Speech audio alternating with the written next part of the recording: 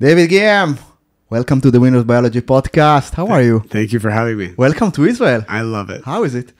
I mean, I've been coming every year for the last 22 years, except for last year, and so happy to be here.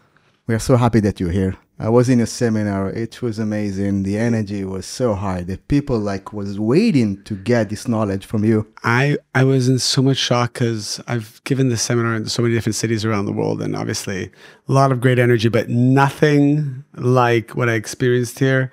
The desire of the people, the consciousness of the people. You know, I brought my parents. My dad's like, he's been to all my seminars. He's like, that was better energy than anything we've ever experienced. So wow. We are so happy, and we wish it will not be the last. I mean, no, it's fine. As you know, you were there. The people were like, so when is this happening again? And right in the middle, we opened up a new date, booked a location, and coming back in October.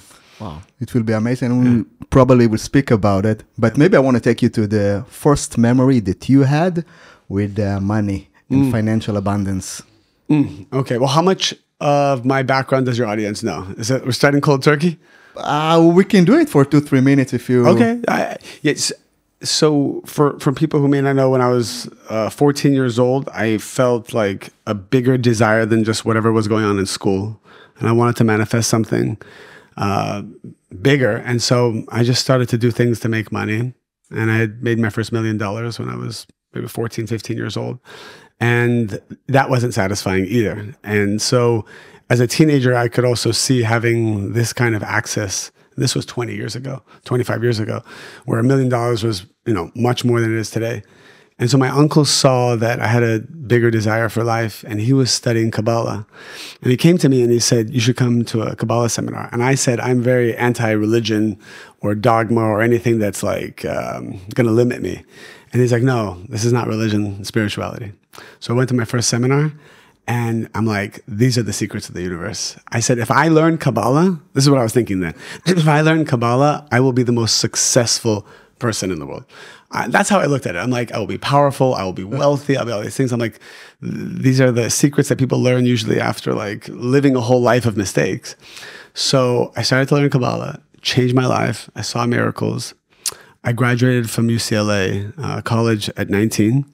And then I said, you know what? Instead of going to be a billionaire, I want to devote my life to charity instead. Even though in my heart, I knew I wanted to create a lot of prosperity. So I I just joined a nonprofit and started teaching all around the world. And that's all I did. I gave probably 2,000 seminars and I did live personal coaching. I didn't get paid for it. But then in my late 20s, I realized I had to make money. And so I started a vitamin company with Mary Ruth. And we had no idea what would happen, but eventually it became probably one of the biggest wellness brands in the world right now. So now I do both. So I teach spirituality around the world, but also we have this company that is truly been built because of the spiritual concepts of Kabbalah. So speaking of that, how would you describe Kabbalah? Kabbalah, a lot of people think Kabbalah is a religion or deeply connected to Judaism. And the true history of Kabbalah is that Kabbalah is ancient, universal spiritual wisdom that existed since the beginning of time, that explains the secrets of the human soul beyond religion. It happens that the Jewish faith has been the one that's preserved this the most. But if I look at my entire audience, every religion, even people who do not believe in God or do not believe in anything, when they start to study Kabbalah, it becomes like the most powerful thing for them. And it helps each person become the best version of themselves.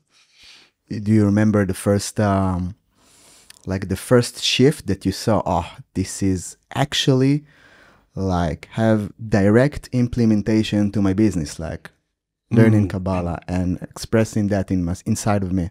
Yeah. So I think what it was I was 29 when I got married and I had no money. And Mary Ruth was my wife then. She had no money. And together we said, okay, what are we going to do? We also had a lot of debt. She had brought a lot of debt from her father passing away and leaving the business to them and the business falling apart. And so I remember having walked in the streets of New York after the first year of marriage, life was very, very difficult. We were 6 months behind in rent. We didn't have money for anything, even basic necessities. And I thought to myself, I spent the last 10 years helping other people become millionaires, helping them become successful. And I didn't get any money for it. I did it all for charity. And I remember looking up at the sky and saying, and feeling like a victim about it, I said, I just dedicated my whole life to helping other people. And now here I am, and I haven't manifested anything, even for my own family. And then I was talking out loud, and like I heard a voice, you know, because we all have this intuition. Our soul speaks to us, all of us. And part of what Kabbalah does is teach you how to access what the soul is saying, because the soul is saying the truth about everything and the future. Your soul will tell you who your soulmate is. Your soul can tell you what way to go to become successful. But often people don't understand what the voice is or how to hear it. So I heard the voice say, what would Kabbalah say? Like, what would you tell your own students? And the message was, at this moment, I have to live with the same happiness, same certainty, the same wholeness as if I already had $1 billion. And I looked at the buildings in New York and I told myself, wow, I own all these buildings. I literally spent the whole day just getting my mind, body, and soul to feel that. And then I came home that night and it's like, your energy is completely different. And I was happy from that moment on. I wasn't sad anymore. And I literally just lived my life, even though physically I had nothing, as if I had it. Like, what would be the happiness I would have? What would be the certainty? 7 days later, we were sitting and Mary Ruth said, let's create a product. I said, well, we have no money. What product do you want to create? She's like, I want to create a liquid vitamin, because liquid vitamins didn't exist then. It was just capsules and gummies. And I said, all right, I'm going to go figure out. I have no idea how. So again, I used Kabbalah, which I used the technology of prayer. I talked out loud to the universe. And when you pray, you're not convincing God or the creator of changing him. When you pray, you're changing the vibration of your own soul that becomes a greater vessel to allow the energy in that's already there. It's us that needs to change to let the energy in. It's not the creator that needs to change. And I was guided to literally how to go, who to call. I had no business background, but I was shown, and I called the manufacturer. Long story short, she made us 20 bottles. And today it's the largest liquid vitamin company in the world. Wow. That was 12 years ago. Yeah. But taking you back to that, David walking on the streets in New York, empty, like you said, felt that you don't have nothing. Like, what is actually happening inside of us when you make the work, when you make the process to feel a whole? Because I'm sure, even in the seminar, and I'm sure that people ask you, this is the fake it until you make it the part? And it's obviously not, but what actually happened? Yeah. So a lot of people are trying to fake it till they make it, or a lot of people are trying to use meditations and different tools, which do work to an extent. But what Kabbalah shares, this critical component that we need to have in order to truly change on a soul level, is the knowledge and understanding of what's actually happening to my soul that's making me feel this way. Because when you see and know the whole picture, then you draw the energy you need to make the transformation. When you don't know what's happening and you're just doing things because people are telling you to do things, like people are telling you, just tell yourself it's going to be okay, or just push through. You don't create a soul level transformation. So Kabbalah says that our soul came to this world with unique negative qualities that we call tikkun to transform. And why did the soul come to this world with this tikkun? So for example, fear of abandonment, jealousy, anger, the need to control. These are all negative traits that are opposite the qualities and traits of the creator. The creator is a whole force, a sharing force, a force of certainty, a force of happiness. And so any quality opposite that is a tikkun. Our soul chose to come to this world with these qualities so that we had the free will to transform it, to become like the creator. And when we do that, we see miracles and we see abundance, everything happens. And so when you feel that lack, and everyone listening right now has some form of lack, pain, anxiety, something is bothering them. Something feels like it's missing. When you feel that feeling, you need to know it's a good thing. It is a moment in time where your soul is showing you the part that needs to be corrected so that you can receive this new energy of, it might be prosperity, it might be a soulmate, it might be just wisdom, it might be healing. So for example, if someone's going through sickness, I don't know why I'm talking about sickness, maybe somebody needs to hear it. Someone's going through sickness. How are they going to find the right doctor, the right medicine, or the right diet? They'll wake up in the morning and maybe somebody will bother them, or somebody will awaken their anger or their need to control, or maybe they're in a relationship and they're going to go through a breakup and it's going to awaken all their neediness and emptiness. That neediness and emptiness, if we transform it, will actually bring the healing they need.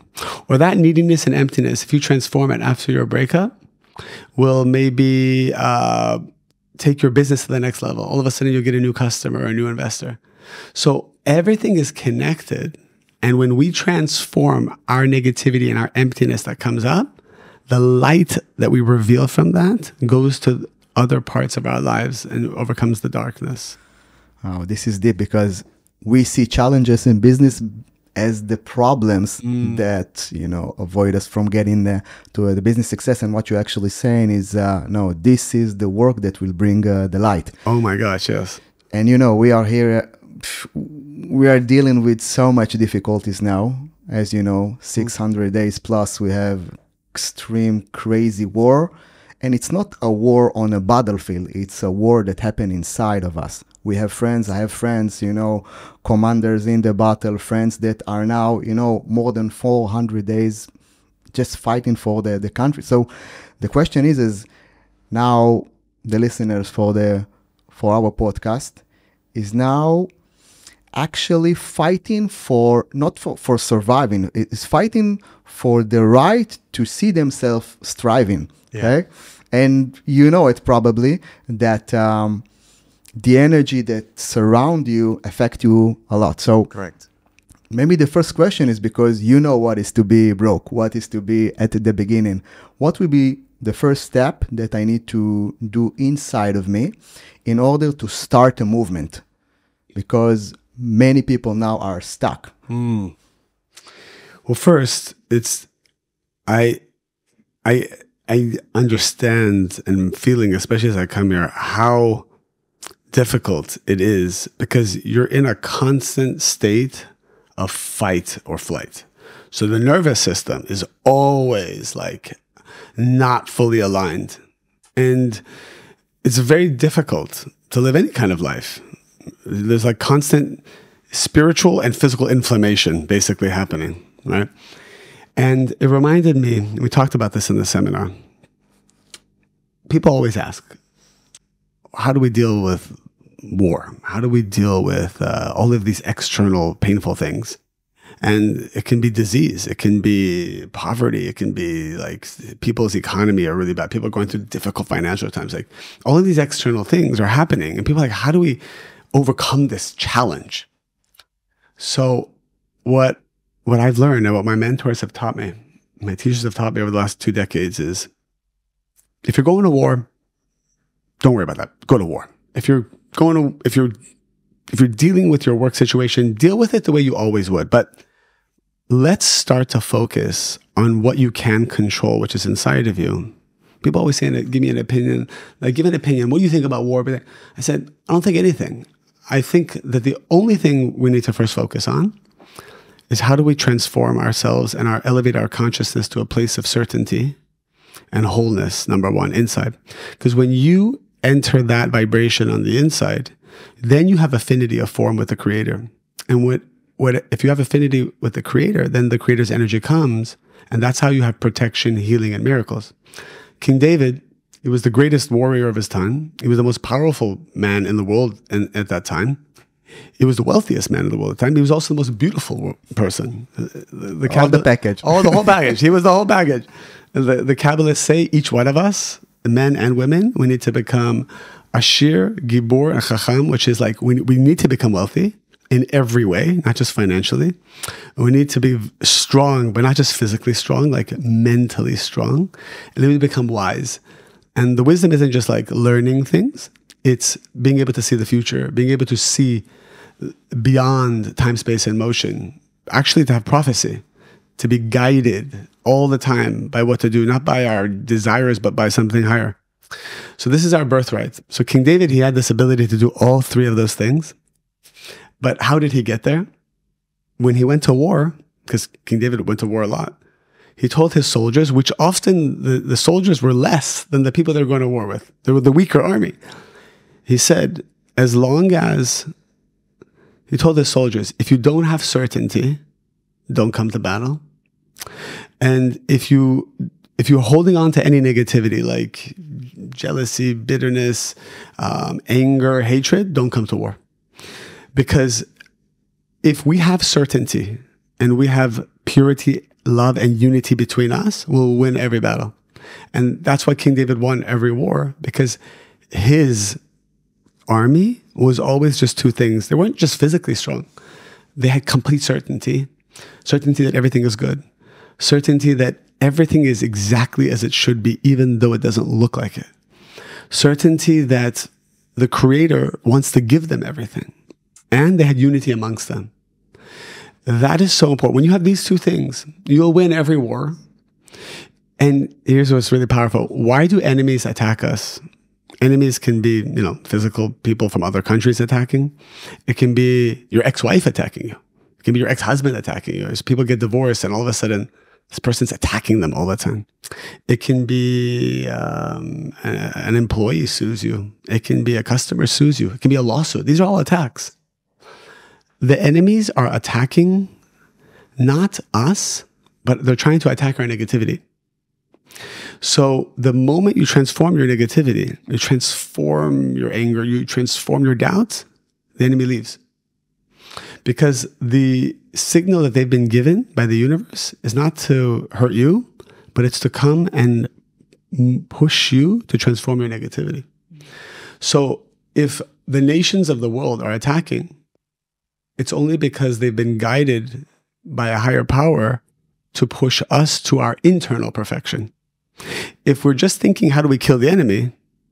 Then new enemies keep coming because we didn't get to the source. The source is our consciousness. And so I tell people, it's crazy how this happens. You could have right now the most difficult situation and you then get to a place of certainty beyond logic. Everything is good. I am already perfect and whole the way I am. Or maybe you have you're having a fight right now with your business partner. So instead you take them to coffee and say, I want to take full responsibility. I just want to have unity. As soon as you do that, all the other enemies leave. Lawsuits go away. Rockets stop. It's crazy how I've seen this shift happen to every kind of human in this world once they do that. I remember in the seminar that you brought this huge slide which said pause, right? And everybody was filming. Wow, pause. We're filming the pause. Filming the pause. What is it about the pause? What we should do there? So powerful. So you're talking about a slide that basically said pause, and then it said, what a gift. That's all it said. So this is probably the most powerful mantra or the most powerful spiritual action you can do the moment you feel any kind of lack, fear, or doubt. So when you feel lack, when you feel pain, let's say you wake up in the morning and you have anxiety, you have pain. Actually, it happened to me this morning. I woke up and for no reason, I felt like doubts, worry, pressure, because we're here and I have so much to do. And all of a sudden, all of this negativity came at once. So I sat down on my couch and I said, what's going on? And then I remembered, if you wake up with lack, pain, doubts, or if you're going through any kind of lack, this is a moment your soul has been waiting for since creation to give you the opportunity to transform darkness to light. It is so good to wake up with lack and doubts, it's a good sign. It means that there's a big energy that wants to be revealed. So what we call the light of the creator wants to be revealed. And that light could be the light of sustenance. It could be the light of love. It could be the light of health.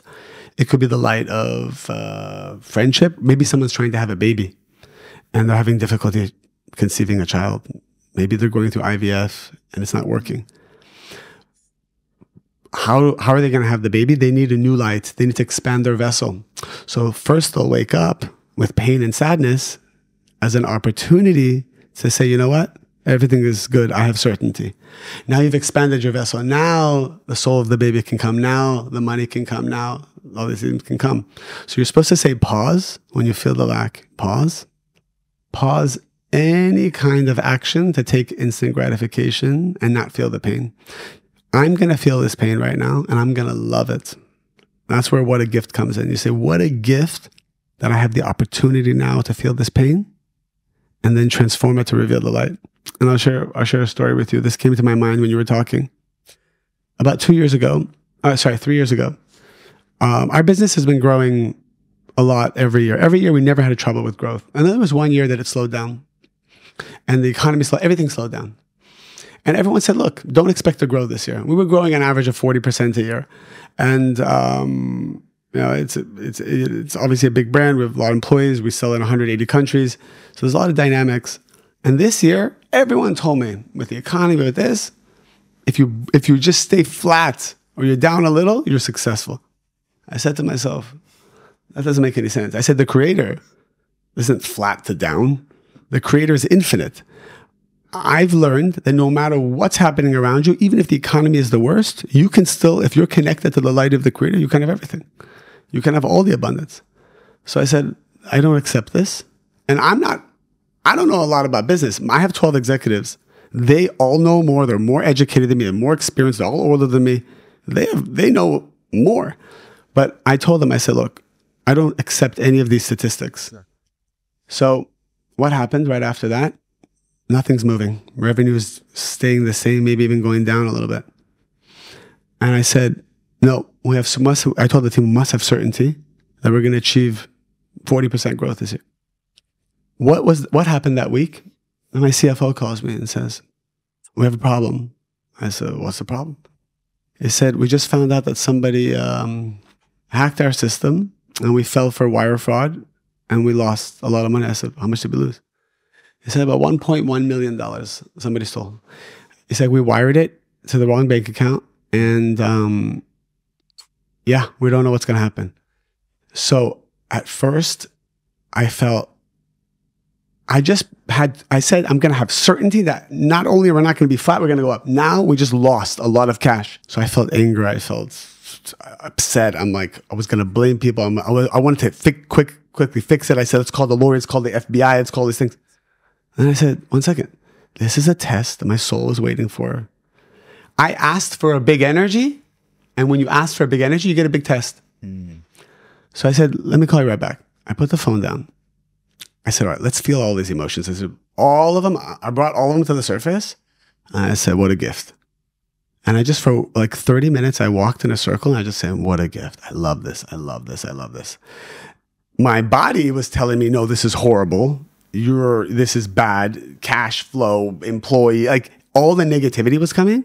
And I just kept saying, what a gift. Like, this is the best thing. I love it. I got to a place where mentally, physically, and spiritually, I really felt that I loved the opportunity to build my vessel for more wealth.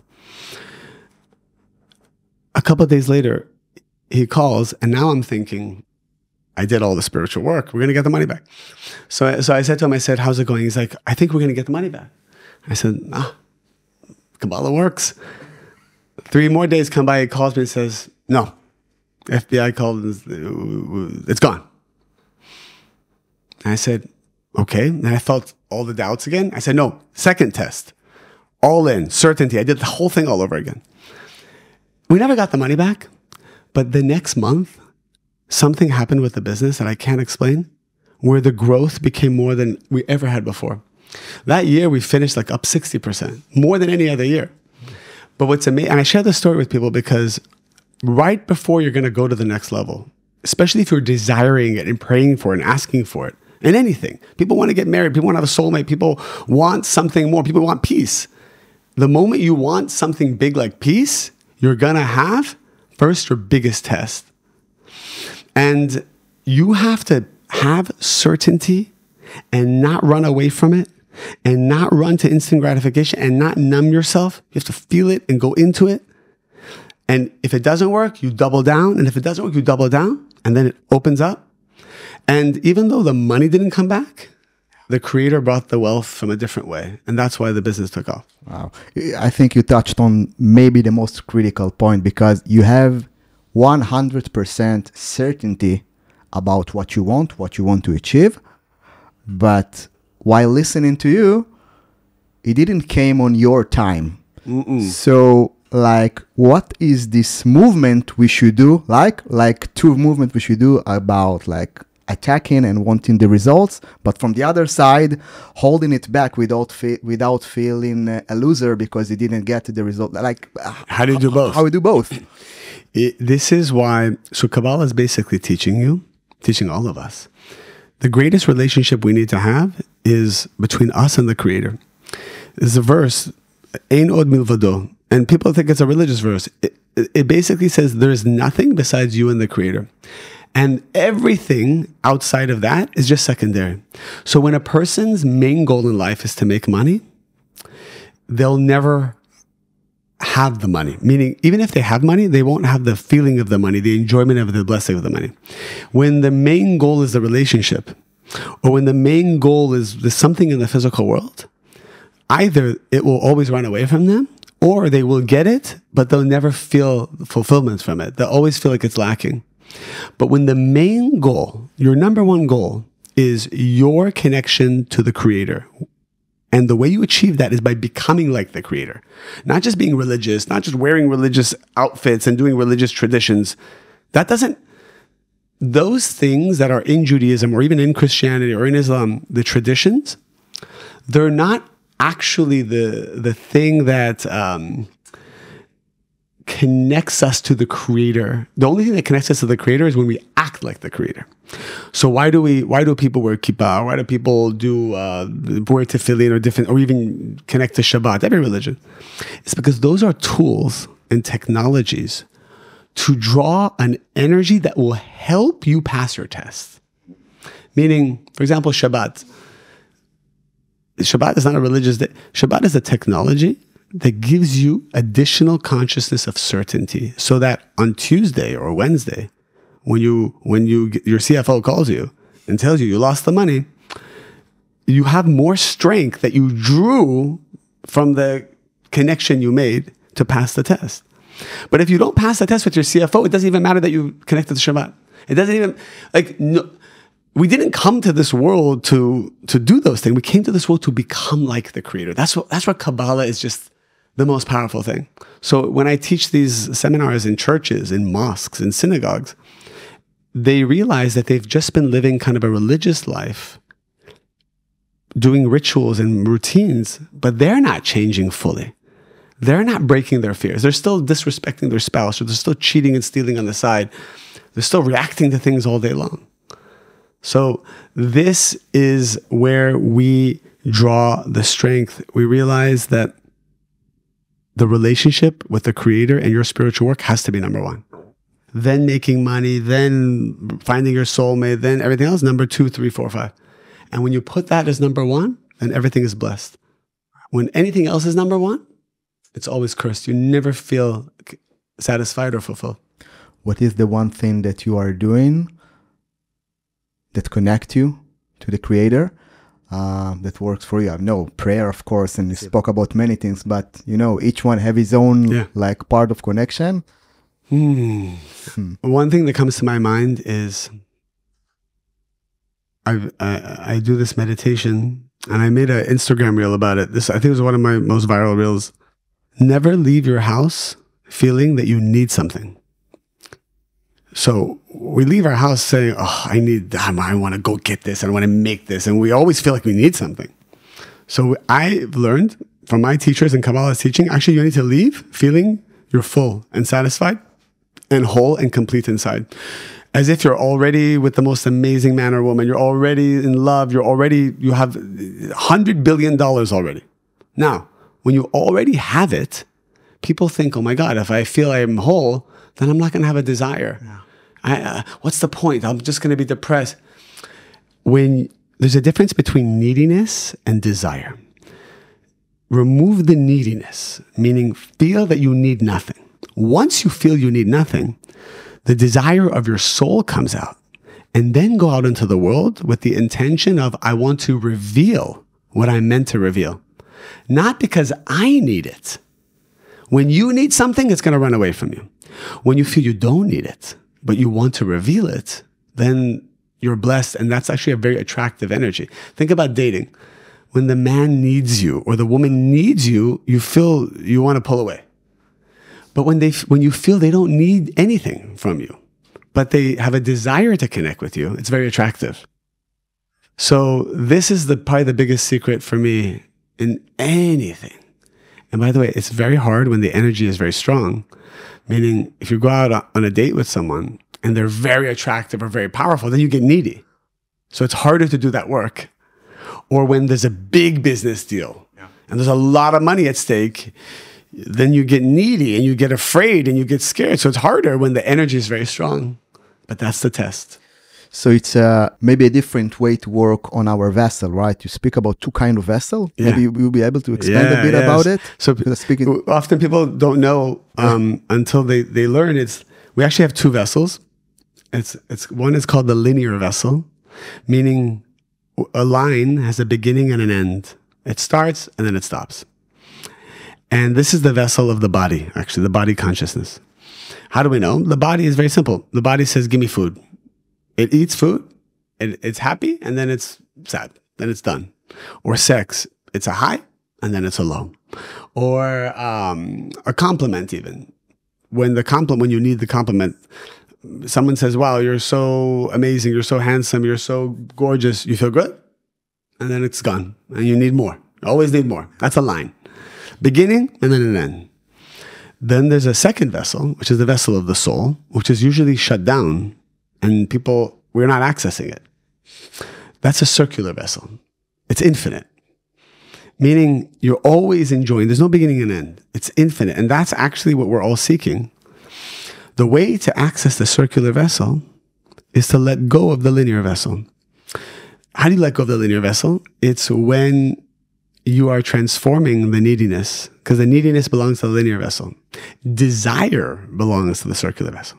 So when your neediness comes up, or your insecurity comes up, or your doubts come up, or your anxiety comes up, and you pause and you say, what a gift, you shift to the circular vessel. When you feel everything is good, then the circular vessel starts to draw wisdom and tell you exactly what to do. But you should never make a decision or do something from a place of lack. If you're feeling lack right now, don't make a decision. If you're thinking, should you stay or leave the relationship, stay in the relationship or leave the relationship? If you're scared, if you feel fear, if you feel lack, don't make a decision. If you want to start a business, or you're thinking about selling your business, or you're thinking about any decision in life, if you feel fear, lack, pause. Don't do anything from this place of energy. And then what should be the shift between the linear vessel to the vascular? The moment that you no longer feel the lack, you've shifted. Lack is always the linear vessel.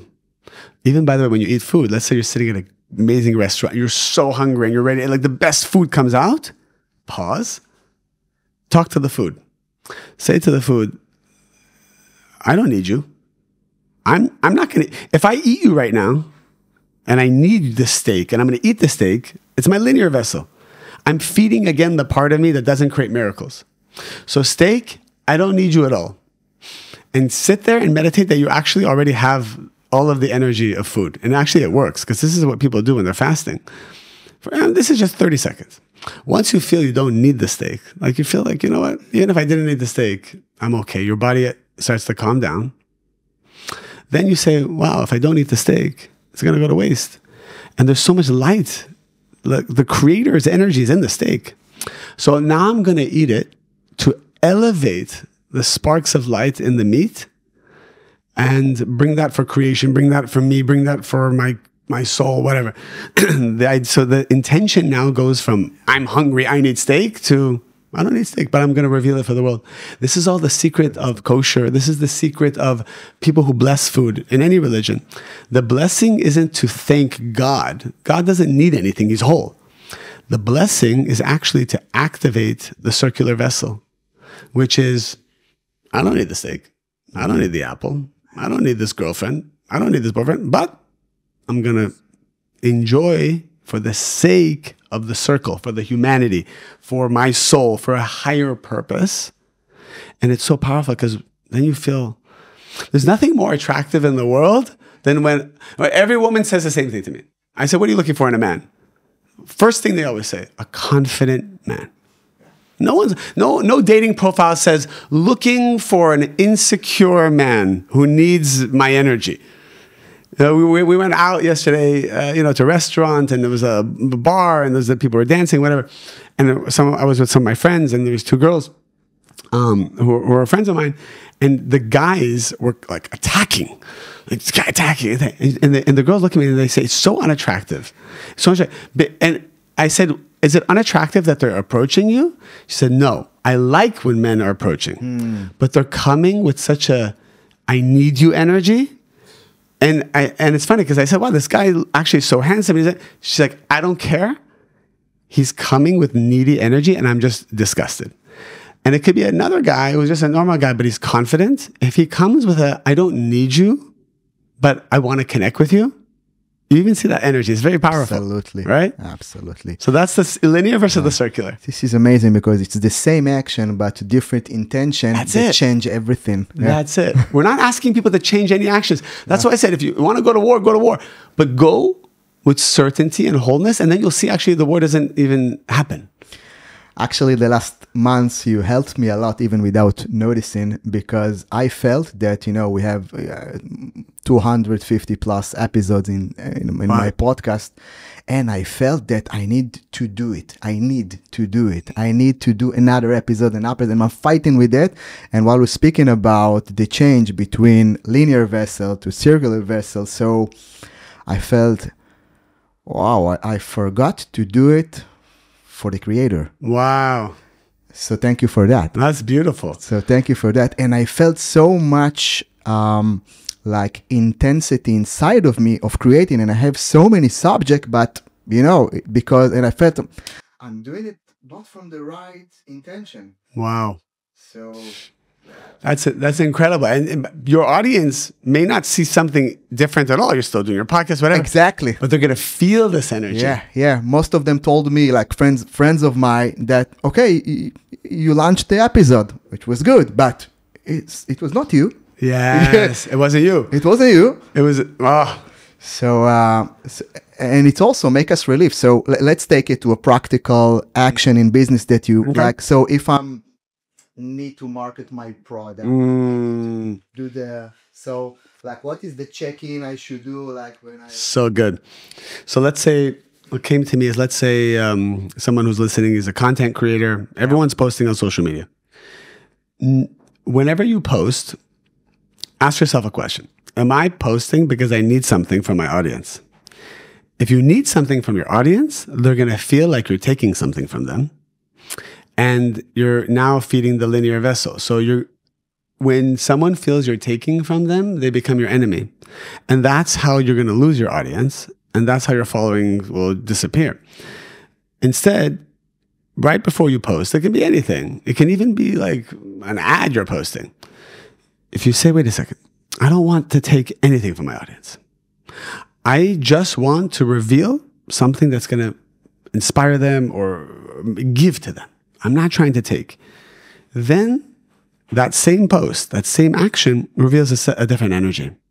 Sometimes, people post, like, for example, after a breakup. It's very interesting. What do people post after a breakup?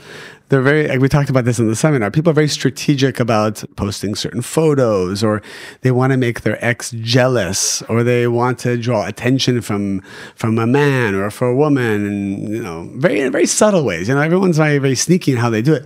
But energy doesn't lie. So before you post that bikini photo, before you post that you having fun with all your friends, look, you're missing out, just pause. Are you trying to take something? Are you trying to manipulate? Are you trying to, control this physical world in a way that's just needy? Let go. If you can post from a place where you don't need anything, post. If not, just don't post at all. And the audience will then feel this energy. Social media is just like constantly, people feel it right away. Either someone's trying to scream at them, yell at them on social media, tell them they have to be a certain way, and it turns people off. And so people are starting to follow and gravitate towards authentic creators. But what is authenticity? It's what you just did. You're doing your own internal work. People may not even know you're doing it, but they're going to feel that energy because you're creating that energy inside of you. Here's something I've learned, and here's something practical. A big content creator, like who has a huge following. We were friends, and she called me and said, "Look, I'm actually kind of worried." I said, "What is it?" She said, I don't know what else to say. Like, what's the next thing I'm going to do to inspire them? Like, I need something new. And I said to her, you want to tell you something? For 25 years, I haven't taught anything new. I just talk about the same thing, which is certainty. And every week when people hear it, they're like, wow, I never heard that before. Mind blowing, yeah. And I said, it's the same thing every week. Now, I said to her, people are not listening to your words. They're not even looking at what you're saying. There's infinite videos on YouTube. People can go get content. People are following you for your energy. Just give your energy and create more energy through your spiritual work. And you could post anything. You could post a sunset and people are like, oh my God, I love this channel. But it's your energy everybody's feeling. So that's something I would want everyone to know, whether you're a creator or you own a business. It's all about the energy. This bottle, let's say this is my product and this sits on it's not my product, but let's say it wasn't, it sits on the shelf. What's the difference? Here, hand me this bottle right there. That one, then the other one. Yeah. So 2 different kinds of water. It's water. Both are water. Let's assume both are flat water. If they're sitting on the shelf, what are you picking? You're picking the one actually that is energetically speaking to you. So what's going to determine the energy of these two? It's the founder. Whoever's the owner, the founder sitting at the top, their consciousness, their spiritual work goes all the way down through the employees, through the product on the shelf, and it comes out. If the consciousness of the founder is emptiness, neediness, insecurity, any kind of negativity, eventually people are going to feel it in the product. And so when we as entrepreneurs or founders do our spiritual work, it goes right into the product. And it may be amplified. First of all, mind-blowing. It's even amplified even more now with AI and that everything is, and I'm curious about how you see it. Because, how I see AI? How you see AI versus humanity. And I don't know, it might be 2 hours long, but... So everything is from the creator. So why did the creator give us AI?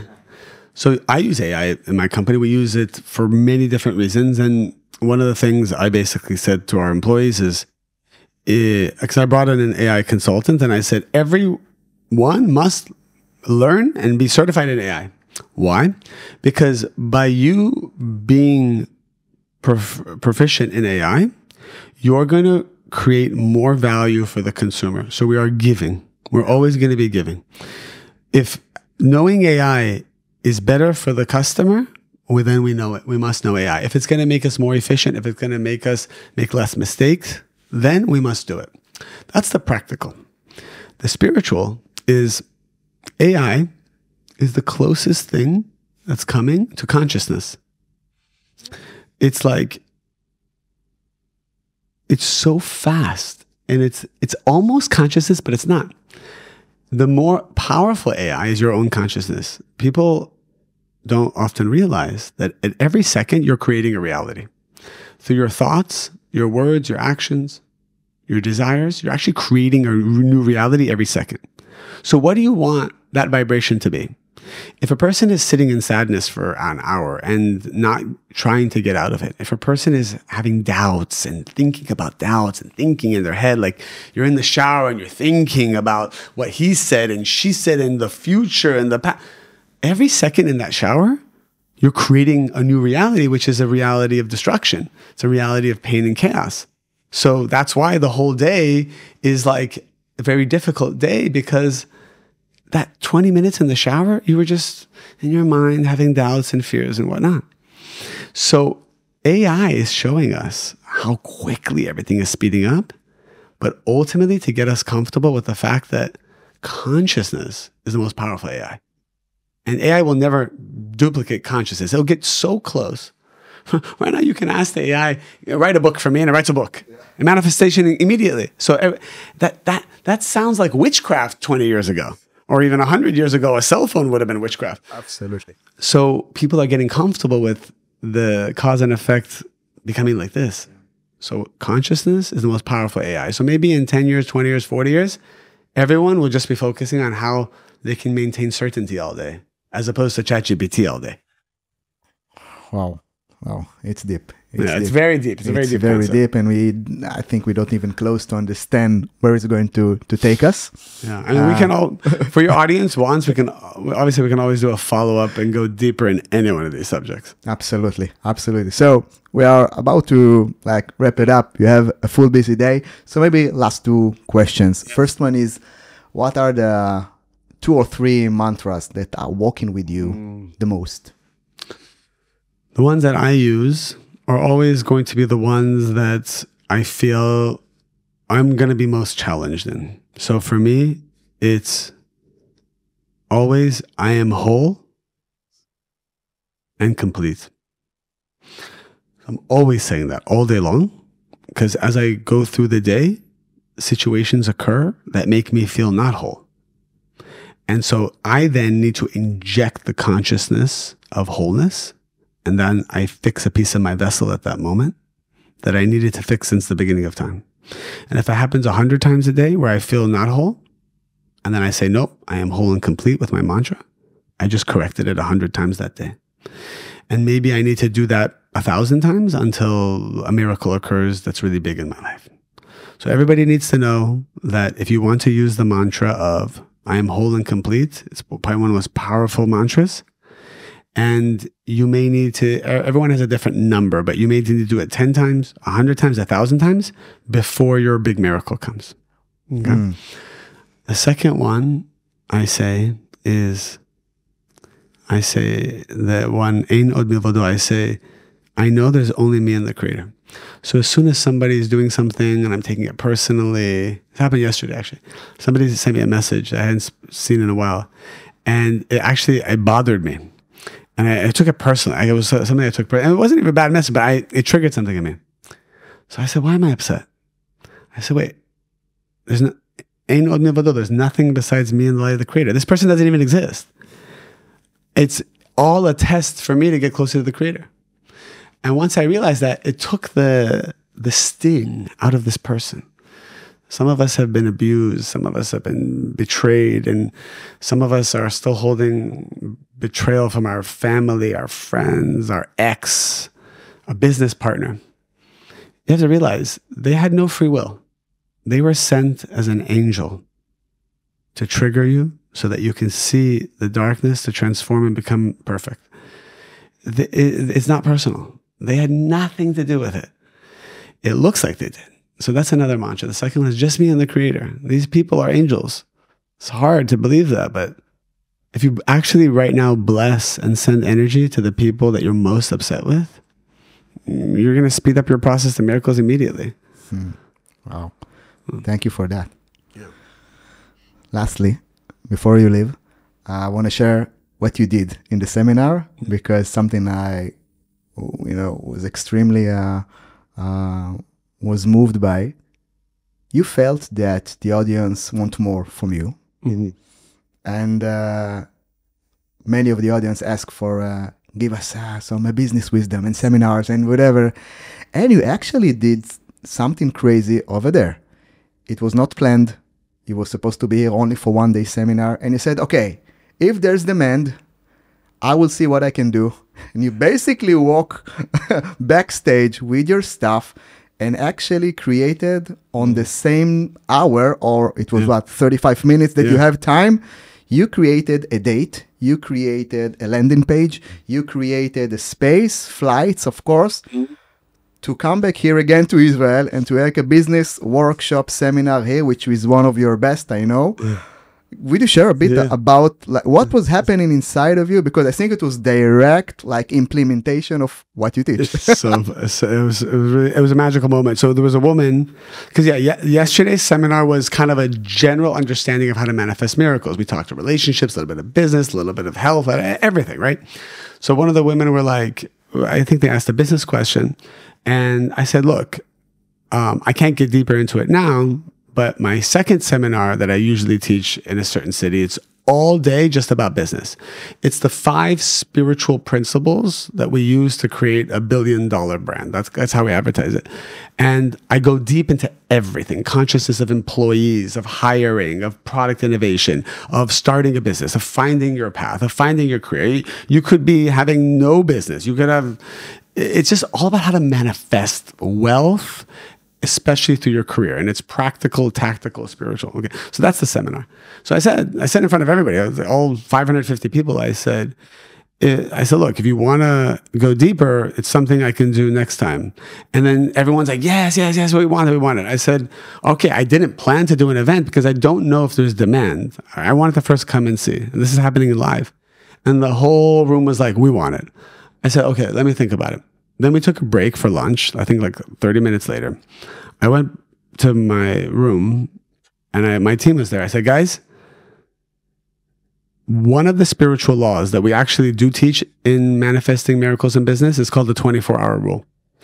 If a great idea comes to you and you feel like in your heart that it's meant to be manifested, you have 24 hours to do as much as you can to manifest it, because that's when the energy of the universe will support you. If you wait after that, you lose the support of the universe, so it becomes much harder. I said, we know we need to give this seminar. I understand we have only an hour lunch break before I go back and teach another 3 hours. I understand we don't have a date. We don't have flights. We don't know our schedules. We don't know any pricing. We don't know anything. We don't have a venue. I said, but I want right now in the next 15 minutes, we're going to manifest it. My travel agent was in the room. My head of marketing, my assistant was in the room. Haya was in the room, who was helping us. Even because of her, we have this entire event. She's the blame for everything. She's the manifestation. I went on her podcast. She's like, "You're coming to Tel Aviv." I said, "It's not on the map." She's like, "It's on the map." And then I went home, and then I said, "Okay, we'll do it in 3 weeks." She's like, "No, we need more time." I said, "Nope, you said it. It's happening." And then, obviously, it did well. So and then within 20 minutes, I said, "Make the landing page. This is the price.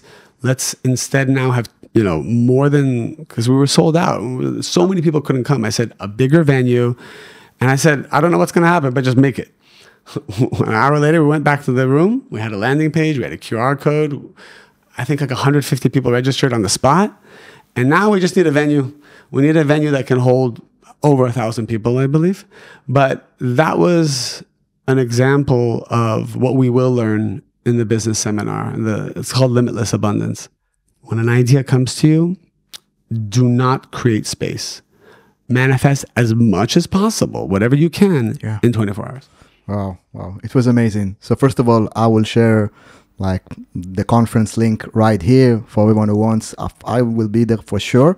And maybe we'll wrap it up with maybe one last thing, because you said that when you have an idea, and you said it in the seminar, the outcome has already happened, and it actually sent the message, right? Yes. And maybe we can do all right, that'll be, okay, so it's a very deep concept. And the Kabbalists explain, the sages say that when you have a desire for something or an idea comes to you, where did that come from? The desire always comes after the fulfillment. People think desire comes then fulfillment. But what came first? The creator or the vessel? The light or the vessel? So we know that the creator came first, which means the fulfillment comes before the desire. So the reason I have a desire for something is because the fulfillment of that desire already exists, causing me to want it. That means if you want a soulmate, it's because your soulmate is somewhere in the world, or maybe right next to you, sending you a signal saying, come find me, come earn me, create a vessel for me. Do something. Do something. Your soulmate might even be married to someone else, and that person is holding on to them until you're ready. Right? And people stigmatize divorce so much, but divorce is really just an evolution of a vessel, an evolution of love, an evolution of energy. Right? People are just too sometimes rigid with how things have to be. We're all evolving, and there's so much evolving of energy. So yes, if a desire comes to you or an idea comes to you, and you feel in your heart that it's like it's meant for you, it's because it already exists. So know that it's waiting for you. And it's all up to you and your consciousness. Powerful, so powerful. David, my friend, thank you me. Thank you very much for the time. I know how busy you are and how many things you have, and at the same time, you were present 100%. And I'm sure it will get to the right hearts and souls here in Israel and in the world. And my friend, I wish you the best because you now live in... Flying tomorrow? No? I'm flying tomorrow night, yeah. Flying tomorrow night? Yeah. Okay, but you were about to come back for the business back. seminar. I'm coming back October 24th. October 24th. So we will be waiting. Thank you. My friend, thank you for that. Guys, enjoy it. Send it to your best friend or spouse or one person that this talk is something that he needs to get from his soul. And we see you next time on Winners Biology. Take care, my friend. Ciao.